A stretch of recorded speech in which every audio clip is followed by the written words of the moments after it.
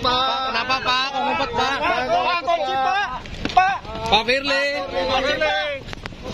Pak, kok ngumpet sih Pak?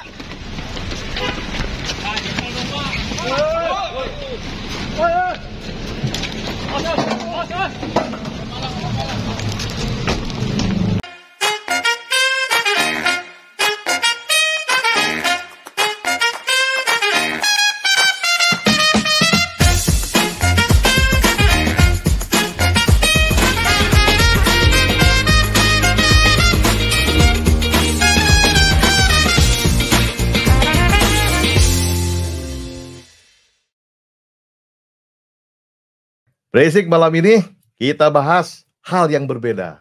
Telah hadir di studio bersama kita pada malam hari ini yaitu Bang Asmi Saputra yang juga Sekjen Masyarakat Hukum Pidana dan Kriminolog Indonesia. Selamat malam Bang Asmi. Selamat malam, apa kabar? Kita tos dulu dong. Harus semangat. Gimana Bang Asmi? 3 kali saya ngundang Bang Asmi baru datang sekarang. Iya, sorry banget. Ya, malam ini langsung diculik ya. Kita culik lah. Kita culik dari kampus langsung ke sini. Oke, Tadi siap. masih ngajar tadi Bang. Ngajar. Terus Tapi kita- nggak ditinggalin kan kelas. enggak dong. Harus kita lakukan.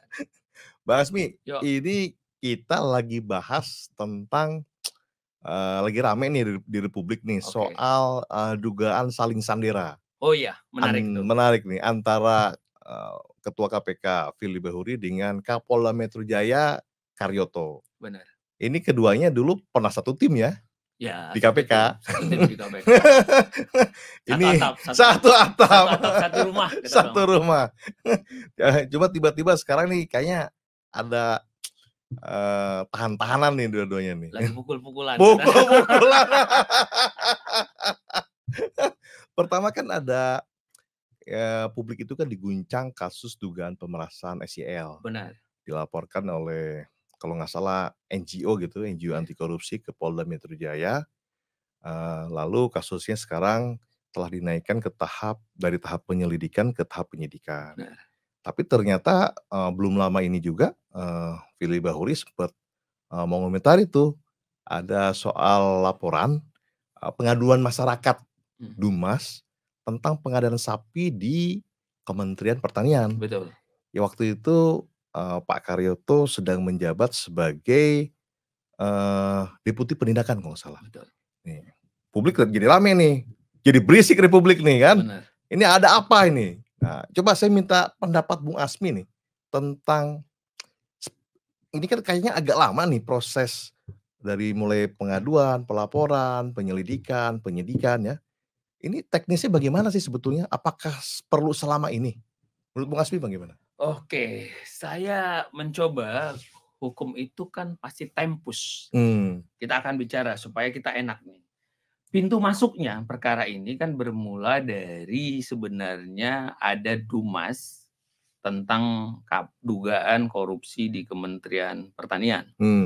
Kalau kita lihat itu datanya, jadi sebelum ada laporan ke Polda tentang dugaan pemerasan tersebut, ini bermula dari laporan sejak Oktober 2020. Tuh, 2020 ya? Oktober 2020. Persisnya 8 Oktober 2020 Ke KPK? ke KPK. Terus divalidasi oleh Pak Ali Fikri itu 24 November 2020. Mungkin ada NGO pemerhati korupsi disuruh melengkapi, dari Oktober itu barulah November, 24 November. Masih pandemi itu kalau nggak salah 2020. Masih pandemi akhir tahun. Orang korupsi waktu pandemi itu bisa diancam hukuman mati tuh Bang. Seharusnya. Kita jadi merinding nih. Seharusnya. Jadi ini kan kita harus bicara tentang rentang, reka, rangkai, runut secara hukum. Jadi sebelum adanya laporan di Polda Metro Jaya itu, yang dugaan pemerasan, sebelumnya sudah ada laporan dugaan korupsi di Kementerian Pertanian itu tahun 2020. 2020 itu pintu masuknya. Agustus. Bulan Oktober. 8 Oktober. Dilengkapi November. Baru divalidasi itu 24 November 2020 oleh Pak Ali Fikri. Oh, jadi masih Dumas ya? Dumas. Oke. Kan Dumas tuh masuk. Jadi masuk. Setelah Dumas pasti kan di full bucket tuh, Ya, sama dianalisis. dianalisis sebelum naik nih ke dibuktikan ini atensi atau tidak dan segala macam. Diminta konfirmasi Iya. biasanya, konfirmasi awal. Ya, baru terjadi persoalan ini menjadi laporan kejadian tindak pidana korupsi di Juni 2023. Agak lama ya? Ya, 16 2020. Juni 2023. 16 Juni Ya, 2023. baru dijadikan laporan kejadian Terjadinya tindak pidana korupsi. korupsi. Hampir 2 tahun, 2 tahun lebih. 3 tahun hampir ya. 3 tahun kurang lah ya. 3 tahun kurang Ya, lah. bonus-bonus dikit Ya, lah. Antara Juni ke Oktober tadi kan. Iya. Sekitar 2 tahun. Ya, 2 tahun lebih lah ya. 8 bulan dan segala macam. 2003 itu kan sudah Indonesia sudah tidak masuk dalam pandemi. Udah lepas. Sudah lepas. Rentangnya itu setelah dijadikan laporan kejadian tindak pidana korupsi oleh KPK 16 Juni 2023, muncullah 1 bulan setengahnya laporan ke Polda. Pemerasan. Jadi titiknya itu di sini nih fasenya. 2020 sampai Juni 2023, Agustus 2023 dan kegaduhan ini dari Agustus sampai saat sekarang ini November. Jadi kegaduhannya dimulai ketika kasus pemerasan mengemuka. Padahal kasusnya sudah dilaporkan sejak dulu. 2020. Ini dia, nih kausalitasnya di sini putarannya. Kalau kita bahasa hukumnya kita telisik, kita teliti, kita telusur secara teman-teman digital tuh bisa melihat, ngecek tuh nggak data-data ada. Baru sekarang kita secara orang pidana menemukan dan buat terang 5T. Ya, 5T. Telisik, teliti, telusur, temukan, dan bikin terang. Karena bukti itu harus lebih terang dari cahaya. Itu kalau nggak salah sering dipopulerkan Prof Edi itu. Iya. Cuma Prof Edi tersangka juga. Lagi rame juga. Ya, mudah-mudahan semuanya bisa selesai dengan baik. Semoga mudah-mudahan bisa selesai lah ya. Dan Prof Edi juga bisa, ya beliau kan lebih pakar daripada kita ya. Pasti beliau punya argumentasi yang cukup lah ya. Tapi yang paling penting kan pembuktiannya. Pembuktian. Nah, ini menurut Bung Asmi sendiri nih, dengan kejadian ini kan sekarang diramaikan nih. Firly Bahuri, ya kan? Kapan, ya kan? Ditetapkan, karena kan kasusnya sudah dinaikkan ke penyidikan, Bang. Betul. Biasanya kan kalau sudah gelar perkara ke penyidikan sudah ada calon tersangka nih. Betul sekali. Bisa dijelasin nggak, Bang? Jadi menurut saya nggak jadi masalah kalau dari Agustus ke November ya, kalau kita mengambil kasus pemerasan tersebut. Ini termasuk lama atau cepat sebetulnya penanganan sebenarnya kasusnya? Dalam tindak pidana korupsi kan nggak sulit. Ini karakteristiknya. Karena yang dituju itu biasanya orang yang punya jabatan, orang yang punya kewenangan, yang gampang di pusat-pusat kekuasaan. Biasanya orang-orang yang punya jabatan itu kan di kota-kota besar, aksesnya juga gampang, saksinya gampang, orang yang lebih pinter, identitasnya lebih jelas gitu. Jadi untuk tindak pidana korupsi sebenarnya ya lebih mudah untuk membuktikan. Ya. Karena ini kan delik jabatannya. Gitu loh. Jadi kalau kita lihat polisi dalam hal ini mengacu kepada KUHP dari penyelidikan naik ke dik penyidikan, berarti kan peristiwa itu ada. Jadi peristiwa kejahatan yang diduga kejahatan itu ada. Maka dinaikkanlah ke penyidikan. Disertai dengan bukti permulaan yang cukup. Bukti permulaan yang cukup berarti minimal penyidik hari ini punya dua alat bukti. Minimal. Bisa jadi lebih. Tapi minimal ada 2 alat bukti. 2 alat bukti. Misal dalam keterangan saksi ada. Saksi pelapor. Ya, keterangan saksi pelapor kah atau keterangan saksi dari ajudan kah? Terus mungkin dari transkrip chat dan segala macam yang bisa terfaktakan, atau ada keterangan ahli juga. Sudah 3. Iya, sudah ada 3 petunjuk juga kan, mungkin yang memungkinkan juga. Jadi ya ini yang menjadi dasar teman-teman penyidik mungkin untuk menaikkan bahwa perkara ini untuk dipenyidikan. Agar lebih terang tadi. Karena dia udah temukan, setelah dia temukan dia bikin terang nih. Nggak boleh gelap. Kalau ada fakta yang digelapkan nggak selesai. Makanya pidana itu harus terang. Alat bukti pidana harus lebih terang daripada cahaya. Harus lebih terang. Nggak bisa begitu kita sembunyikan sesuatu, pasti nanti ada drama. Drakor. Ada drama, ada yang dikorbankan, ada yang dikambing hitamkan. Ya. Padahal kambingnya juga nggak hitam. Kasihan gitu loh. Kasihan, iya. Nah ini kan FB ini kan sudah beberapa kali dipanggil diminta keterangan. Dulu 2 kali, yang ketiga hadir. Kalau nggak salah di media massa rame tuh ya, dilakukan pemeriksaan kepada FB itu di Mabes Polri malah. Jadi teman-teman Polda Metro berkunjung ke Mabes untuk melakukan pemeriksaan di Mabes Polri. Menurut Bung Asmi ini biasa-biasa saja atau agak diistimewakan tuh gimana? Ya ada yang tidak sama, karena kalau ini pada umumnya orang kalau sudah dipanggil 2 kali kan itu kan wajib tuh pemanggilan itu ya. Kalau kita ngebaca kuhap orang dipanggil oleh penyidik itu wajib hadir. Kalau dia tidak datang lagi dibikin surat panggilan sekali lagi dengan perintah panggilan paksa atau jemput paksa. Di situ aja sudah tidak biasa. Ya, sudah tidak biasa-biasa saja. Tidak biasa-biasa saja. Ada satu yang tidak normal. Tidak normal di situ. Oke. Seharusnya kalau ini juga ternyata terlalu sulit, di pasal 16 dan 17 KUHP itu bilang gini, bisa kok dibikin perintah penangkapan. Bisa ya? Ya karena kan sudah ada alat bukti yang tadi. Kan gampang, normatifnya udah selesai. Jadi nggak perlu hadir secara sukarela diminta keterangan? Kalau memang ini benar ya. Tapi kenapa ya tidak ditangkap kan gitu ya? Itu kan jadi big question di publik kan? Itu berarti ini ada apa-apa jangan-jangan? Sesuatu nih. Apakah ada sayur di balik bakwan? ada tempe di balik tahu. Kesel ya. Ini kita deteksi. Karena pada umumnya kalau orang yang bukan lembaga penegak hukum ini kan pasca reformasi kan kita tahu lah ada polisi, ada jaksa, ada KPK. Kita berharap ini bisa menjadi sparring partner yang bagus sehingga kita dapat kejernihannya. Ini kok masing-masing kayak berebutan, kok akhirnya kok mereka yang penegak hukum ini kok melakukan hal-hal yang bertentangan dengan kewajibannya. Yeah.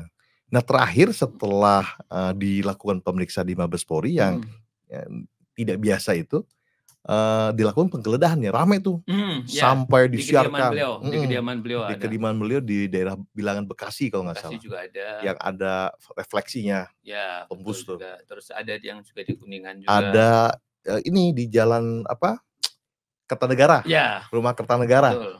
Di rumah Kertanegara dilakukan penggeledahan juga yang katanya dibantu sewa penyewaan oleh bos Alexis. Katanya kita kan nggak tahu ya, katanya begitu. Gampang sih ceknya, lihat aja laporan keuangannya. Ramai tuh digeledah 2 tempat kan, rumah pribadi di Bekasi, lalu rumah di Kertanegara yang disebut-sebut sebagai rumah singgah. Lalu setelah itu dipanggil lagi kan, FB dipanggil lagi tapi tidak hadir karena ada tugas negara ke Aceh dalam rangka sosialisasi atau apa gitu ya, gak hadir. Nah ini kan kemarin dipanggil lagi, alasannya ada tugas negara beneran karena ada OTT ya, konferensi pers OTT. Nah ini kan sepertinya ada pelambanan atau bagaimana menurut Bung Asmi?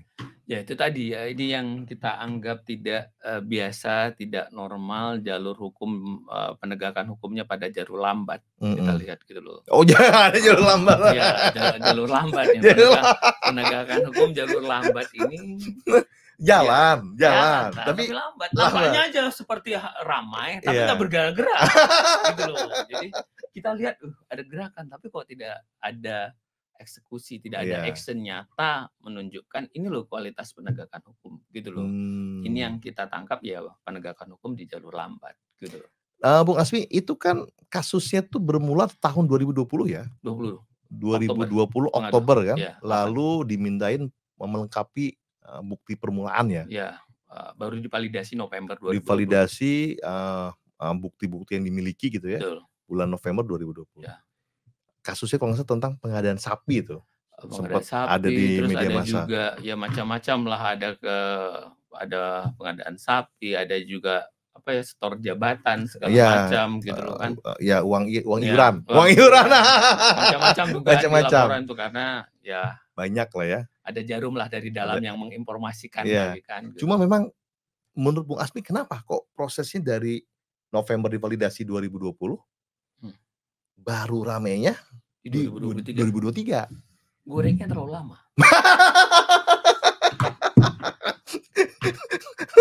Ini kan bicara tantangan atau tentengan. Iya. Ya kan orang ada kewenangan. Biasanya begitu kita sudah tahu lah polanya kan begitu validasi oleh juru bicara KPK, kami sudah menerima itu kan akan datang. Orang-orang tertentu, deg-degan, yang deg-degan tadi mengutus orang, pertemanan, persahabatan, kolega dan macam-macam. Ngurus itu kan nguras. Pikiran, tenaga, waktu, mungkin saja finansial. Mungkin betul bisa jadi. Makanya ini kita lihat, kita track aja, gitu loh. Kenapa sekian lama? Iya. Kenapa lama gitu? Iya, itu di jalur lambat tadi. Apakah ada deal tertentu, orang menjual kewenangan tertentu? Ini dari Dumas gimana? Kenapa filternya lama? Lalu naik ke deputi berapa lama? Iya. Naik ke Pak Firly berapa lama? Ini kan harus yang saya bilang tadi ruang kan gitu loh. Di luar ini dilalah itu tadi. Pak Firly mulai bersuara juga kan gitu loh. Iya. Waktu itu deputinya ada apa ini gitu loh. Itu yang kita bilang lah. Ini kok ada kartu truf. Jangan-jangan ya. Ada kayak seperti konflik of interest ini. Iya. Gitu loh. Jadi kita nggak tahu pemain drama ini sutradaranya siapa ini. Iya. Walaupun ya kita harus menyayangkan juga, terlepas dari itu kalau 2020 Pak Firly ketemu di bulu tangkis juga salah juga. Iya. Nggak rapi mainnya gitu loh. Pokoknya cuman kan bisa diintip orang. Iya. Ada yang lihat. Agak jauh lah mainnya gitu kan. Intip. Ini sutradaranya kurang rapi. Apa sengaja dibikin kurang rapi jangan-jangan nih? Itu seharusnya jangan main dong. Pemeran utama jangan turun. Iya. Muncul pas jadi jagoan aja. Ini nggak tahu saya ini di mana makanya. Tapi ya memang ya beliau juga reserse segala macam. Ya hari ini kita lihat loh, tiba-tiba kok Pak Karyoto yang seharusnya Metro Jaya fight ya kan, kok agak ngerem, agak sedikit ini. Iya. Dalam hukum indikatornya ada konflik of interest ya nih. Betul. Gitu loh. Iya. Karena di mana ada seharusnya ngegas tiba-tiba ngerem kan? Iya.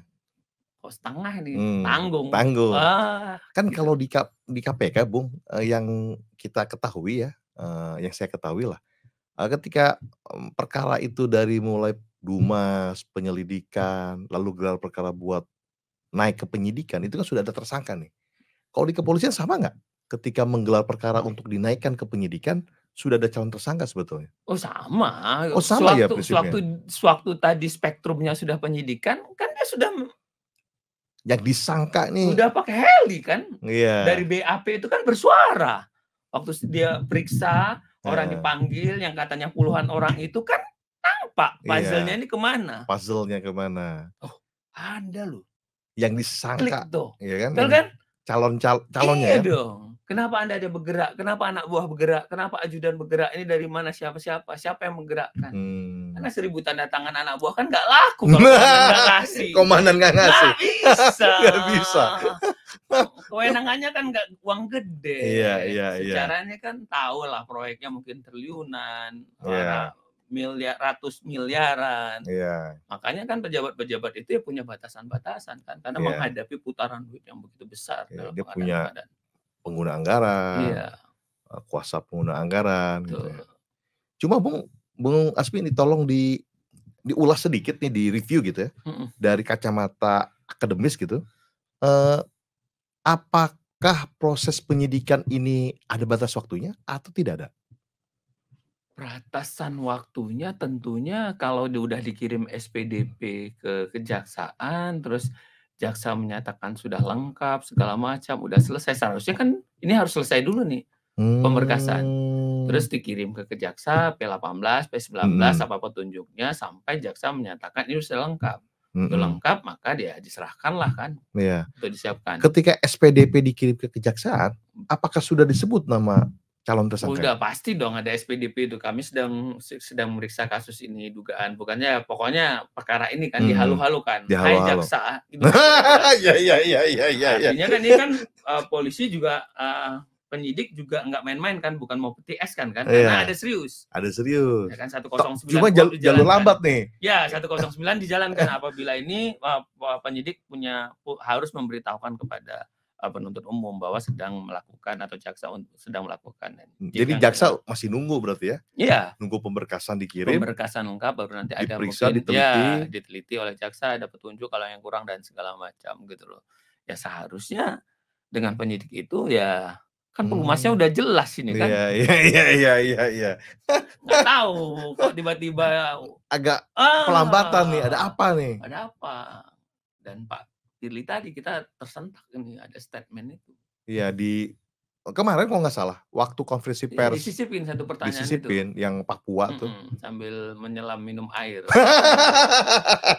dan biasanya kalau orang terbuka kan kita tahu orang hukum itu kalau berani speak up itu dia punya data gitu loh. Itu kita harus hargai ya, terlepas gitu loh. Maka kita juga harus berani mengungkapkan gitu kan. Karena berani mengungkapkan fakta itu kan adalah butuh keberanian. Satu memperjuangkan keadilan. Gitu loh. Walaupun ujung-ujungnya saling buka ya. Ya mau nggak apa-apa. Inilah sebuah fenomena dalam ketidaknormalan. Kalau perlu ya memang kita harus dekatkan beberapa kutub penegak hukum ini. Kalau bahasanya itu ya dibenturkan.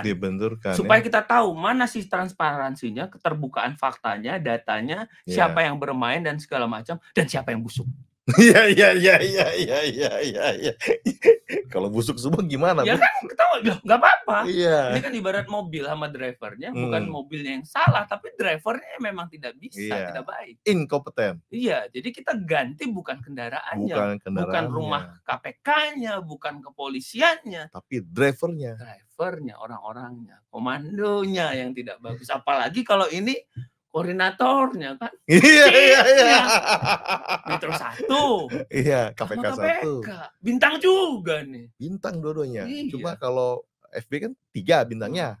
Kalau Pak Kapolda kan 2 bintangnya. Aktif. Punya pasukan.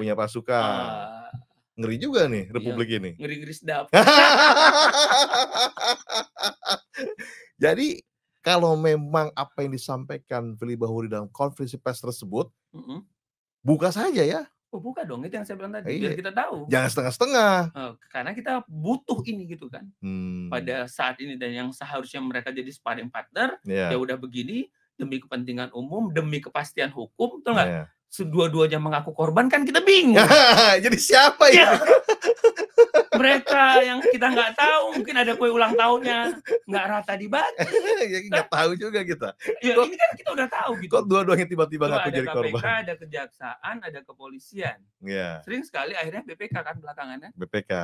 Jadi temuan-temuan Dumas teman-teman yang kadang sudah turun ke bawah itu lapor terus hilang begitu aja. Begitu ada WTP. Jangan-jangan banyak ada gudang khusus ini kan? Khusus dokumen berarti. Ya, makanya saya bilang kalau mau fair, lihat berapa laporan teman-teman Dumas. Pegiat-pegiat anti korupsi tersebut. Berapa persen yang ditindaklanjuti? Berapa persen yang? Jangan-jangan kita menemukan museum kasus yang dipetieskan. Ada museum. Coba lihat. Karena pola teman-teman pegiat korupsi itu kan tidak bisa sekali. Karena kalau begitu cuma sekali aja, ini nggak dipikirkan. Betul. Mas. Mereka tuh bisa ngirim 2 minggu sekali, 2 minggu sekali. Ya memang mereka dalam kewajibannya itu kan, partisipasi masyarakat dan yang diberikan itu dilindungi oleh undang-undang kan? Partisipasi masyarakat diberikan. Sampai peraturan presiden memberikan apresiasi. Dapat hadiah lagi. Dapat hadiah. Karena apa? Menyelamatkan uang negara yang besar. Mereka punya resiko. Itu loh. Makanya kita harus fair nih. Dumas, kejaksaan, jangan-jangan ada museum. Museum kasus yang dipetieskan. Ini yang perlu kan. Pakai freezer. Iya. Biar dingin. Iya kan? Ada apa ini? Gitu loh. Contoh kasus yang hari ini 2020, 2023. Jadi dilaporkan sejak Oktober 2020. Iya. Apakah ada kemungkinan sengaja dipending dulu 2020? Karena 2020 itu lagi pandemi. Kalau pandemi kan korupsi kan bisa dihukum mati. Udahlah negonya Mungkin ya. Jadi nanti setelah nggak pandemi, jadi bukan hukuman mati. Ya bisa saja salah satu dari salah 9-nya kan. Salah 9 Ya kan? Ya tergantung tujuan beliau-beliau apa, betul nggak? Iya. Kalau tujuannya masih sama, aman. Aman, Kan iya. tujuan menjadi berbeda kan gara-gara ada laporan ke Polda. Iya. Jadi beda nih. Iya kan? Beda jalan kita. Ya. 2021 aman. Nggak terdengar. Nah, 2022 Nggak terdengar. 2023. Kok tiba-tiba berisik? Nah, apakah kue ulang tahunnya nggak rasa kan? Iya. Ya kan? Kenapa sekian lama? Berarti kan ada yang liar. Kalau dilakukan sesuai SOP, semua melakukan kewajiban dan fungsinya sebagaimana tahapan-tahapan yang udah ditentukan. Nggak ada yang rame. Nggak ada yang rame. Dan nggak berisik Republik ini. Rapi. Iya, nggak berisik jadinya. Tertata. Sesuatu yang tertata kan baik. Yeah. Sesuatu yang liar, sesuatu yang ugal-ugalan seperti ini, ada sesuatu yang ketidaknormalan. Ketidaknormalan. Tapi kan tetap itu kita berharap sebagai penggiat anti korupsi kan berharap ada yang buka-bukaan malah ya. Harus optimis. Optimis kalau kita. Harus optimis karena kita sudah ngelihat sebuah anomali. Anomali. Ini kok bisa ya begitu ya, gitu loh. Yeah. Kok bisa saling serang, seharusnya beliau menyelesaikan masalah, kok beliau berada menjadi sumber masalah itu. Sumber masalah. Ya kan? Kok menjadi hambatan buat Republik ini. Gitu loh. Masa negara kita tumbang gara-gara aparatur hukum kita yang tidak benar? Iya. Kan mereka sudah kita gaji. Iya, kita sudah disumpah, udah dikasih kemudahan-kemudahan semuanya. Fasilitas, gitu. Gaji, ya kan? Kewenangan. Nah, berani menjadi pejabat publik ya kita seperti inilah mengkoreksi. Ya. Ini kita bukan mengurusi hal-hal pribadi. Bukan. Tapi jabatan publik itu berkonsekuensi untuk melindungi kepentingan publik. Nah, kita inilah yang jadi hiunya, mengingatkannya, gitu kan? Ya. Yang bikin berisiknya juga kita lah. Ya karena beliau bikin berisik, gitu loh. Kalau beliau mengatakan standar, ya kita enggak. Ya kalau mereka melaksanakan kan ke beliau kan, lakukan kewenangannya sesuai aturannya ya. Kewajibannya. Tapi kenapa? Ini satu contoh loh. Makanya tadi kita bilang. Berarti ini ada bisa dibilang Bung Asmi, apakah ini ada bola salju nih yang mulai menggelinding?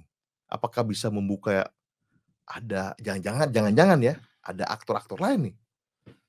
Bisa saja. Jadi ya kita lihatlah sampai pimpinan ke atas kan. Karena ini kan ada Menko Polkam. Ya kan kita lihat lagi nih secara organisatoris. Akhirnya kita kan berpikir lebih luas nih. Pakai pentahelik kan memikirkannya kan. Ya kan ada Pak Menko, ada Pak Kapolri, ada segala macam. Seharusnya begitu ini ada dua lembaga yang sedang bertikai komandan-komandannya, tarik dong. Yeah. Nah, sayangnya Republik ini juga lagi ramai pemilu kan. Jadi kurang fokus juga nih. Iya kan. Jadi pimpinan-pimpinan juga sedang memikirkan ini kan. Beliau juga sedang pencapresan dalam kenegaraan ini dalam kondisi ini ya. Tapi kita harus dorong kedua ini. Apapun itu PR ini harus tuntas. Harus dituntaskan. Harus tuntas. Kalau benar ternyata ada unsur pimpinan KPK yang memang melakukan pemerasan, ya proses. Sampai di peradilan aja buka. Sampai di peradilan buka. Ya buka. Kan? Jangan, nanti kan ketahuan. Nanti ketahuan, betul. Ya kan? Jadi perkara tindak pidana korupsinya ini selesaikan dulu. Perkara Pak SL maju, misal perkara pemerasannya bagaimana. Kalau ada perkara Pak Karyoto juga monggo. Iya. Tapi nanti kan pembuktiannya ini semua nih. Iya. Ya monggo aja kalau memang sebuah resiko. Sepanjang ada dua alat bukti, Pak Firly juga bisa juga manggil Pak Karyoto mungkin menyalahgunakan jabatan dan segala macam kan. Iya. Ya tunggu aja panggil-panggilan mereka. Jadi kita akademisi jadi pusing ini, Pak Presiden juga mungkin pusing ini kan. Harus minum obat nyeri berkali-kali ini kan melihat anak buahnya gitu kan. Jadi aduh, kalau begitu Bang, Bung Asmi, untuk penetapan tersangka itu kan tentu harus melalui serangkaian gelar perkara dong. Ya, kalau yang awamnya kan kalau yang biasanya terjadi, yang baku terjadi KPK kan serangkaian gelar perkara ini dilakukan ketika mau dinaikkan menjadi penyidikan biasanya serangkaian lalu tapi tersangka langsung tuh. Jadi ketika perkara itu naik ke penyidikan sudah tersangka, itu kan kalau di KPK. Tadi kan Bu Asmi menyampaikan juga di polisi juga hampir sama begitu. Jadi setelah penyelidikan berjalan, ada serangkaian gelar perkara, sebetulnya sudah ada calonnya nih ketika dinaikkan ke tahap penyidikan. Iya. Tapi untuk lebih konkret, nanti biasanya dalam tahap penyidikan itu ada gelar perkara lagi ya? Iya. Gelar perkara untuk penetapan tersangka Iya. begitu kalau di kepolisian ya. Nah ini kan berarti tinggal nunggu ya, Bang? Iya, mungkin kemarin strateginya Pak Firly akan datang, jeda waktu sejenak, terus beliau-beliaunya akan gelar perkara, langsung penetapan tersangka. Idealnya mungkin mau dibuat Iya. begitu. Tapi beliau-beliau sesama pelatih. Sama pelatih. Sama biasa di arena. Di arena ya. Jadi sudah tahu siaga-siaga gitu kan. Jaga dirinya sudah bagus juga gitu kan. Malah kita lihat ada serangan balasan kan. Serangan gitu. balik ya kan. Kok ada serangan balik ini gitu kan. Ya kan, ada apa? Terus tiba-tiba seperti ada pelambatan gitu kan. Kita sangka cuma bela diri aja bertahan. Ternyata enggak, ini udah mengirimkan sinyal yang harus kita tahu juga ini gitu loh. Maksud sinyal itu kan, tiba-tiba ada penyelipan. Ya, makanya saling ngunci, saling sandra. Dan ini tidak baik buat Republik. Sangat tidak baik. Ini contoh kebobrokan aparat penegak hukum kita. Kita nggak akan bisa mencapai apa yang dimaksud dalam pasal 1 ayat 3 Undang-Undang Dasar 45. Indonesia adalah negara hukum. Kalau kita mau senyata-nyatanya dan kenyataannya sebenar-benarnya mau bikin negara hukum, ya nggak begini dong. Jadi seolah-olah kok jadi masalah aparat hukum kita itu sendiri yang jadi masalah. Harusnya kan mereka digaji buat menyelesaikan masalah. Gitu loh. Bikin rakyat lebih sejahtera, biar pembangunan ini lebih bagus. Karena akhirnya kan hukum menjadi pengendali dari semua aktivitas ini gitu loh. Bisa 3 kata Bang untuk kasus dugaan saling sandera Firly Bahuri versus Karyoto ini? Cukup 3 kata saja. Konflik of interest. Ada dugaan konflik of interest. Dugaan konflik interest. Berisik malam ini dengan Bung Asmi.